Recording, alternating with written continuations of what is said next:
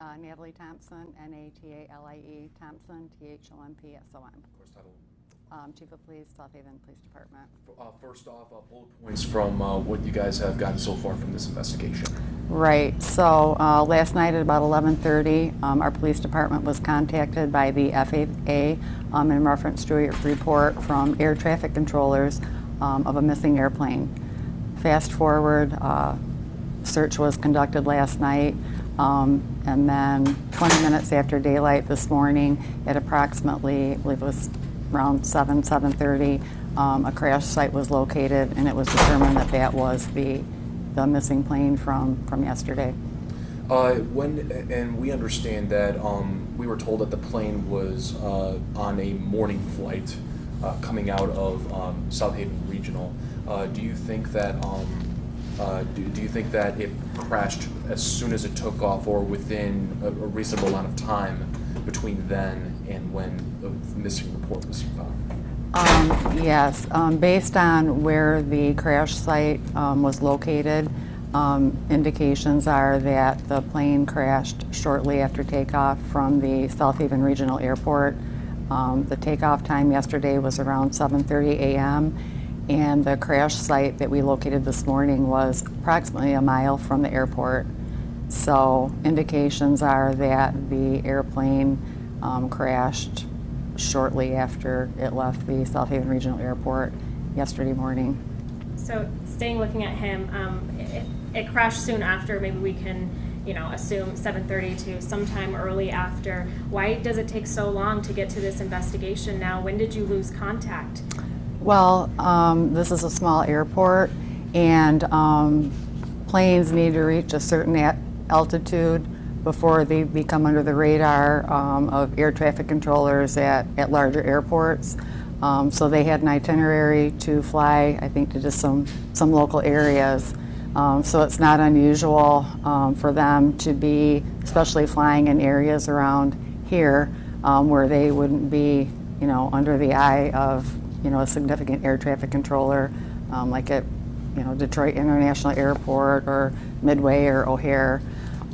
So it was actually family members later in the day who had not heard from either family member that actually reached out to air traffic controllers, who then called the FAA, where they started to check radar and just check for any indications of this aircraft.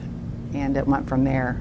So later in the day, does that mean later in the day yesterday? But still, yes. The investigation didn't begin until this morning, correct? No, the investigation began last night at 11:30 p.m. Our police department was contacted by the FAA, who had been contacted by air traffic controllers, stating that they were searching for a missing aircraft. And so when the aircraft took off, exactly when yesterday morning? Yesterday morning, we believe at around 7 or 7:30ish from South Haven Regional Airport. And so from that 7 to 7:30 time slot, later in the day, was it later in the morning or in the afternoon when family contacted air traffic control or the FAA regarding their concerns about the plane or not hearing back from their family members? It was last evening that the family members hadn't heard from either of the individuals in the airplane. So the family members reached out to air traffic control and FAA. So it was at that time, like I said, last night at about 11:30 p.m. We were contacted, and from there we made contact at the South Haven Regional Airport. It was discovered that the aircraft in question was not there, and from there we requested assistance from the Michigan State Police, United States Air Force, FAA, and multiple different agencies. So we began the search last night from 11:30 p.m. And obviously darkness can hamper discovery capabilities of a crash site. So this morning it was approximately 20 minutes after daybreak where an MSP aviation unit located the crash. And like I said, it was about a mile from the airport, very heavily rural, brushy area. It did not appear that there was an explosion or the plane caught fire. So we're believing that is possibly why no one heard the crash or called it in. It wasn't visible. It apparently wasn't heard by anyone, but like I said, it was a very rural, heavily thick, wooded, brushy area. Yeah, wooded area. And how did it how shocking or surprised were you that that was not the case, given the terrain and how contact that at high speeds an aircraft would make with trees or any hard objects would cause possibly an explosion of magnitude, but it did not here? It did not, and actually, an investigator from the FAA arrived just a short time ago. He's the expert, and most people, including me, you typically think when an aircraft, no matter what the size, when it crashes, it explodes, but that typically is not the case. So, he said that is not that unusual. So, but at any rate, it did not catch fire or explode. Did crash, so they got there at noon, and then today, sometime after 3, the National Transportation Safety Board, they are heading here from Atlanta, so we expect them to be here sometime after 3 or 4, and they'll conduct further investigation. So that will probably be ongoing through tomorrow. So we will be, maintaining the scene security. So it will probably be sometime after tomorrow where the aircraft itself is removed from the scene. And both deceased individuals have been removed from the scene. I believe families have been notified. I'm going to err on the side of caution and wait a little bit later this evening to release their names, just based, I want to make sure on the positive identity of them. But as far as I know, both of their families have been notified. Backpedal. Can you tell us anything about the training they were undergoing? Was it, sounds like maybe an instructor was planning, sorry, go on. Yeah, actually they were both, according to the family, both very experienced pilots. It's our understanding, just based on statements from the family, that one of the individuals had purchased a newer airplane, and so the other was just certifying him on how to pilot this type of airplane. So it wasn't like a brand new pilot being taught how to fly. It sounds like they were both very experienced pilots. One of them was just certifying the other on how to fly this particular type of airplane. I understand it was a twin engine private plane. It was not a commercial airplane. And both were co-piloting. It wasn't passenger pilot, where the passenger was the quote-unquote trainee or certifier of that. Yeah, that I am not sure who was in what seat, or if there were dual controls in the plane. I do know it was a twin engine airplane. So backpedaling to what you talked about with the plane not being visible on radar at such low altitude, as it was presumably crashing just shortly after takeoff. Right. When you draw parallels to a different vehicle of transportation, that being a car that would crash, hypothetically into a tree in a rural area, why can you explain how it may complicate your investigation along with the NTSB or the FAA as to the timeline and how complicated it'll make the investigation with how long it took from when the plane crashed to when it was reported missing and then spotted this morning? Right. So I don't know if the length of time that it took to discover the crash will hamper the crash investigation that much. Fortunately, aircraft, compared to vehicles, they've got a lot of mechanisms that can be recovered, to help determine, maybe what caused the crash.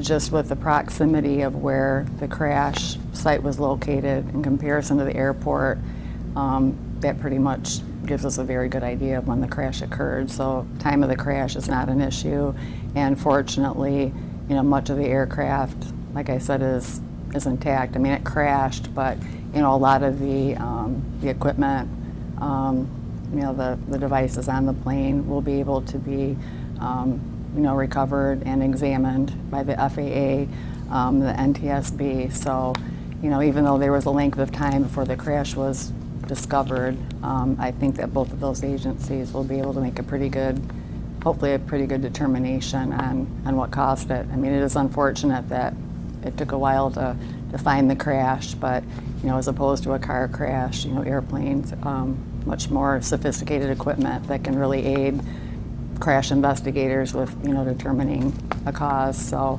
and in fact, when I left the scene, the FAA was already making some preliminary assessments as to what he thought may have happened. So I think there's it's hopeful that they'll be able to determine what caused this crash.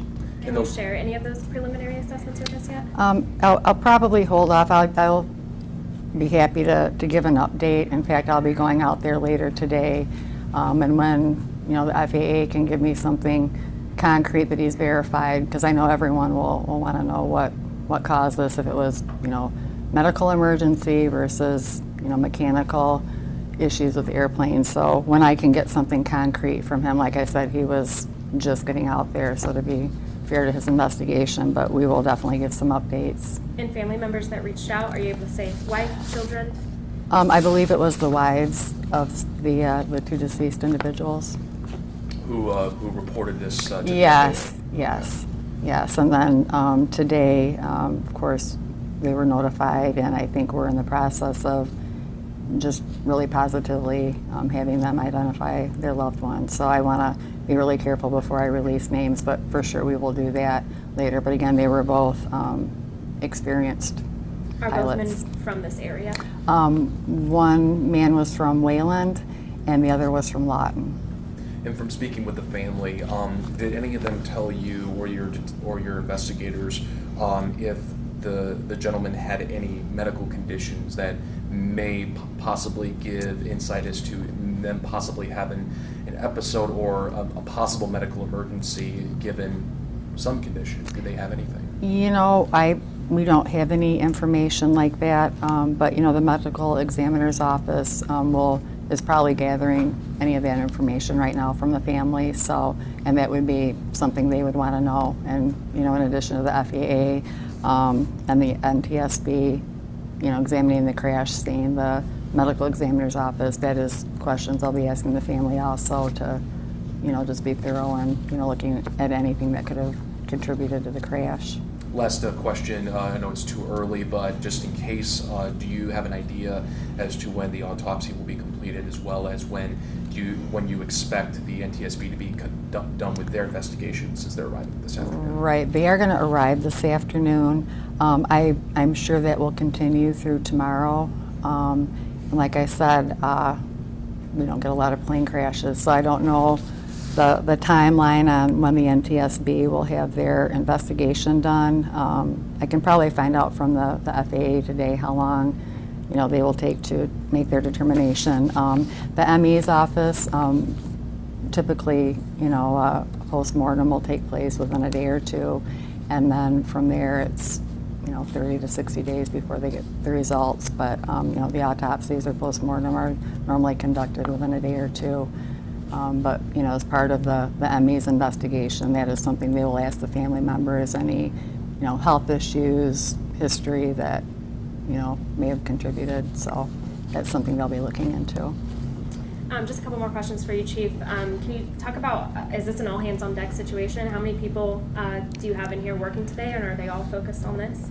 Right, so besides me, we have 2 officers on duty, so they are, right now, besides handling other calls for service, we do have one staying at scene security. Luckily it is a pretty rural area, so we have 1 officer that will be there throughout the day and night just to keep the scene secure. There have also been individuals from Shays, South Haven Area Emergency Services.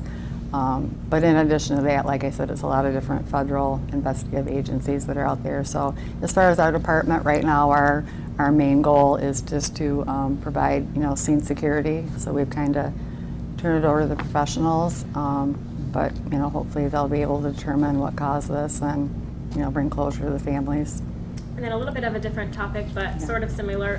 What does this mean for a day like this, when we're kind of seeing some higher waves? I think we're yellow flag conditions, maybe hitting red today. You're not able to have your people out there patrolling for those ordinance fines. I guess, how do you handle a day like this with two major things? Yeah, well, it's kind of a citywide effort. I know our beach parking staff, Shays has their flag attendants and some extra personnel, so we do have some officers coming in at 5, 3, so we'll get a few of them out there, but it's just like anything, a day when we don't have a plane crash, we can, all the officers on the beach in between calls, but it's a matter of prioritizing.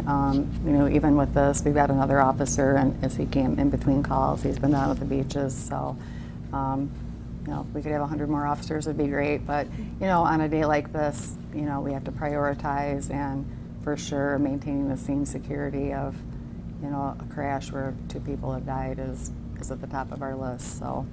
And just last question for you, this crash, or at least where we are going to be able to film some of this, it's pretty close to a lot of homes, particularly on someone's property. What are some of the things you have to handle with that? Is this family home? Have you spoken with them? Yeah, so I personally have not spoken to any of the homeowners. I think the officers this morning had, but as tragic as this is because 2 men have died. When you think about what could have happened, I mean, the highway's pretty close. It's a rural area, but there's many houses, within a couple hundred yards. So it is very fortunate that it didn't crash into a house, crash into the highway. So that is, if there can be anything fortunate, it wasn't worse than it was. Okay. Anything else you'd like to add?